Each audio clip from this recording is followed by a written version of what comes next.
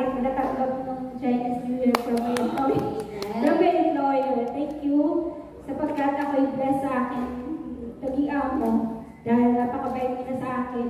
Kasi last week ako ay sumama ang pakiramdam, tapos nawalan ako ng gana ng pagkain.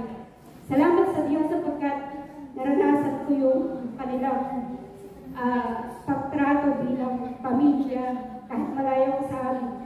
Naranasan ko na iningatan nila ako, tapos yung hindi ko naranasan dun sa trabaho ko sa Saudi Arabia na pag-iingat ng aking employer, naranasan ko dito sapagkat yung ipinakita nila na hindi ako isang katulong, kundi isang kapamilya. Kaya, salamat sa Panginoon. Thank you, Lord.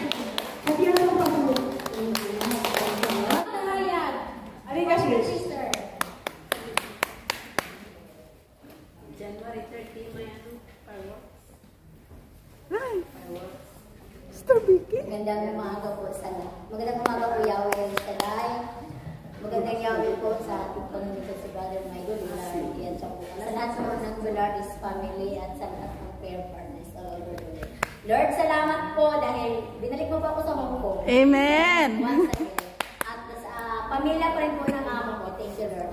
Salamat din po kay Yahweh Shaddai dahil pinagbigyan po niya ako ng pagkakataon na makapag-share sa Ambel kahit mahirap mag-share doon. Thank you, Lord. Amen. At saka, Lord, salamat po dahil tunay po mga kapatid na ang plano ng Diyos ay napakabuti. Ang plano po, pandemic po, plano ko po yung aking pong ika po ay ibabayad ko po muna sa ilaw. Bagkus po, nung pandemic time po ay hindi po ako nakakapanood ng balita, kaya nagpunta po ako sa Bayad Center at sabi po nila, hindi daw po sila nangungulit na ng bayad. Kaya sabi ko, Lord, ito pala talagang pera na ito, hindi talaga pwede sa iba. Talagang sa ika po talaga. Kaya sa ika po talaga siya napunta. Kaya ang plano, may plano tayo, pero ang Diyos ay higit na maganda ang plano. Amen.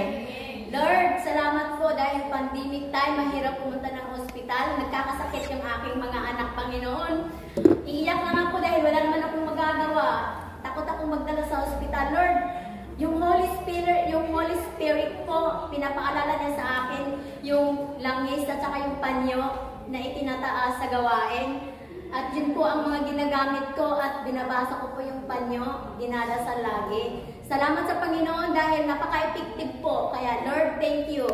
And lastly po, last week lang po, yung aking pong kasama, si Lula po, 91 years old. Okay naman siya, ako sa bahay, okay po lahat. Nagpunta lang po kami ng market, tapos madami kasing tao, umikot kami ng umikot. Tapos nung time na kukunin ko na yung manok, sabi ko, Lula, dito ka na lang maghintay sa may pinto, ako na lang ang kukuha ng manok dahil daming tao. Purihin po si Yahweh, pagbalik ko po, nagulat na lang po ako, si Lula po. Masigla po akong pinakita sa kanya yung manok at siya po ay wala na pong kibo. At nung ibinaba ko na yung manok po sa trolley, dahan-dahan na lang po si Lula po napalugmok po. Kaya ang bulag ko po at ang tatanda ko po, hindi ko alam kung anong gagawin ko. Panalangin, yung utak ko, nagdarasal ng panalangin. At saka po yung mga tao sa paligid ay tumulong po sa amin. Dumating po yung manugang niya po, pauwi na kami. Pagdating sa labas, ganun pa rin po. Kaya ang ending po, natagpad po kami sa ospital. Nanalangin lang po ako, sabi ko, Lord, dahil siya po ay 91 years old at masila na po. Kaya sabi ko, Lord, pauwi ako ng bahay, ikaw na bahala kay Lola. Purihin po ang Panginoon dahil the next day po, nakalabas po si Lola at ngayon po, bumalik na po ang kanyang health. Okay na po yung pagkain niya. Kaya Lord, ibinabalik ko sa iyo ang papuri at pasasalamat. To God be the glory. Amen. Welcome back, sister. God is good. Amen. Praise the Lord. Wala na tayo sa plano ng Diyos sapagkat ito ay tunay na higit sa ating mga plano. Amen. Thank you, Sir. Sino pa maghahaya? Sister Rose? Ako, wala talaga na iba. Amen. Amen. Tunay napakabuti ng ating Diyos na buhay.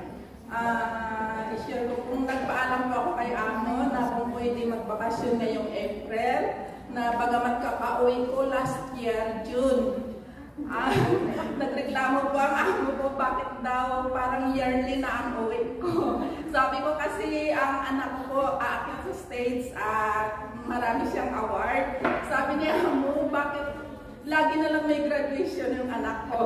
Sabi ko, ma'am, kasi yung uwi ko na yan, 1 month vacation with pay po, at saka kay amo ko ang ticket. Tapos sabi ko ngayon, ma'am, pwede naman yung ngayon, ako na lang po magbayad lahat, pati yung vacation, huwag mo na akong bayaran, bali akin na, pati ticket. Ibawas mo sa sahod ko. Sabi niya, anyway, Rose, you work for me for a long time. Doesn't matter for that, sabi niya sa akin. So, thank you, Lord. Binok niya ako kaagad pagka-umaga. Kaya, ngayong April, whole month of April ang vacation ko po. Ay, praise the Lord. Salamat sa ating Diyos na buhay at saka doon din sa anak ko po. Thank you, Lord, sa wisdom and knowledge na kanyang binigay sa anak ko. Bagamat wala po ako doon, kinuha naman siya po ulit na mag-seminar for 3 days and 2 nights sa city po, sa isang programa ng Big Ed. Medyo hindi kami kinabahan ng brother husband ko kasi kasama po niya ang teacher niya. At saka yung last day na ng seminar nila, isa po siyang sinabihan na mag-talk po sa stage.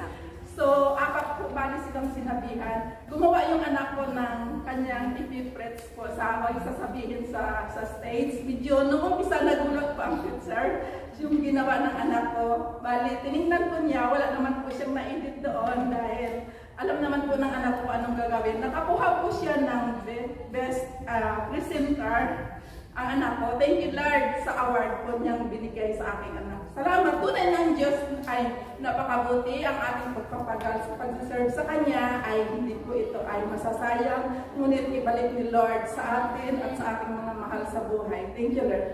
Amen. Praise the Lord. Yan na po yung bunga ng ating paglingkod, Sister Rose. Amen. Amen. Napakabuti ng Diyos. Talagang 2024 talagang na-stress ako. Mahirap din talaga magpaupa sa yung hindi maganda. Kasi may isa akong orders na nangupahan 8 months na siya, hindi nagbayad. So, yung awa ko, nung nakita kami nung ay umuwi ako ng August, gusto ko mang paalisin pero may 4 na anak. Pero ang asawa nito si Man talaga, pero inter-island, kapitan sa bangko. So, dahil mayroong siyempre mahirap talaga na magpaalis ka dahil may mga batas na ngayon na hindi ka basta-basta magpalaya. So dumaan ang proseso. Sabi ko, Lord, di ba paalisin mo talaga? Hiningi ko talaga yun sa simbang gabi. Yun ang hiningi ko talaga dahil yung kapatid ko na pinagkatiwala na stress din. Ako din. Di alam mo, answer prayer ako. Bumaba sila ng December 7, tapos nakaalis sila. Lumipat siya. Nakalipat sila, hindi nagbayad. Sabi ko, Lord, okay lang ang pera kasi ibabalik mo more than enough. 8 months, 5 months, bumalik, nagbayad sila ng 5 months. 3 months, hindi nagbayad. Sabi ko, okay lang yun, Lord. Ang importante, nakaalis na. Kasi ang stress, hindi mo mababayaran ng pera. Kaya pagkat pinag-glory talaga, sabi ko, wala akong pang-Christmas na mga apo ko, hindi ito magbabayad. Buti na lang 26, nagbayad sila. Kaya nakapag-Christmas ako sa aking mga apo. Kaya, hindi sa sapat ang biyaya ng Diyos talaga. Amen. Ipagkatiwala natin sa Panginoon. Thank you, Lord. Thank you, Yahweh. Amen. Praise the Lord. At ang susunod nating sharer ay walang iba kundi si Sister Virgin. Maghanap silang katulog. Magandang hapon po sa inyo lahat at gusto ko lang po magpasalamat kay Lord dahil naabot po ilang 63. Ngayon, salamat talaga kay Lord sa kalakasan, kalusugan. Amen. At hanggang ngayon ay wala pa po ako tinetake na gamot. Talagang healthy pa. Amen. Sabi nga ng mister ko, ng brother husband ko, magkakalalaki pa tayo. Amen. Nasasalamatan ko rin po yung kilos ng Panginoon. Talagang tunay nga po ang ating pamilya po at hindi nasasayang dahil ito ay binibigay natin kay Lord, yung puso natin. Sa pamilya po natin, yung katugunan ng Panginoon sa ating mga kaibigan, sa ating mga panalangin. Amen. Totoo po yung panalangin ko matagal na yon. At sabi nga ng Panginoon sa Sirach, sa verse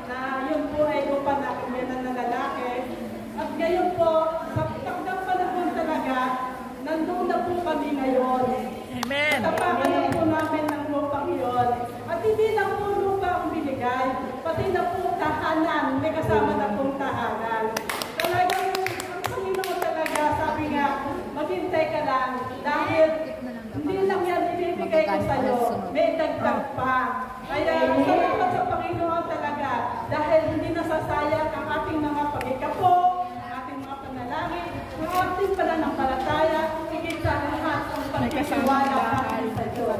Kaya papuri ko sa salamat ito Panginoon lahat. Amen. Walang atrasan dito eh. Kasi yun natin ang ano, ang pagpapala. Oh, kahit ano dyan. Praise the Lord. Praise the Lord. Purihin ang Diyos. Gusto ko lamang po ibalik ang mapulit po sa salamat sa ating Diyos na buhay dahil muli po ang aking dalawang anak ay isa sa mga nangunguna sa kanilang klase. Pangalawa po, yung panganay ko po, God's will, by January 8 po, mapupumisyon na siya as altar server sa parokya namin. Then tunay nga po na siya mismo ang nagsabi sa akin na gusto kong mag-seminar at mag-serve sa simbahan. Sabi ko kung talagang bukas sa puso mo, gawin mo kasi hindi madali ang pagdadaanan mo. Tunay nga po, naranasan niya yung alas 3 pa lang ng madaling araw na sa simbahan na kasi ang duty niya sa simbahan gabi is from 4:30 a.m.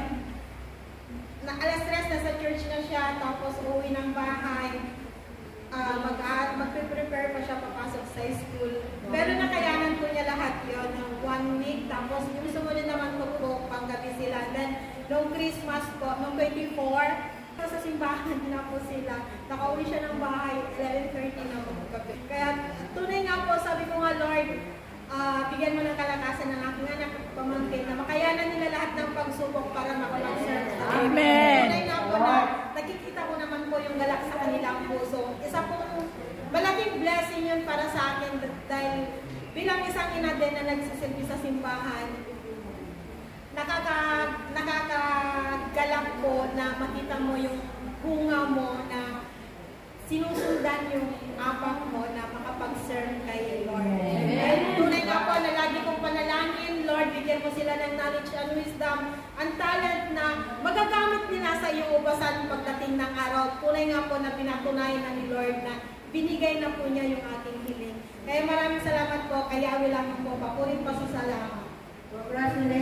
Diyos, salamat sa Diyos. Talagang tunay nga napakabuti ng Diyos. Dadako na tayo sa worship.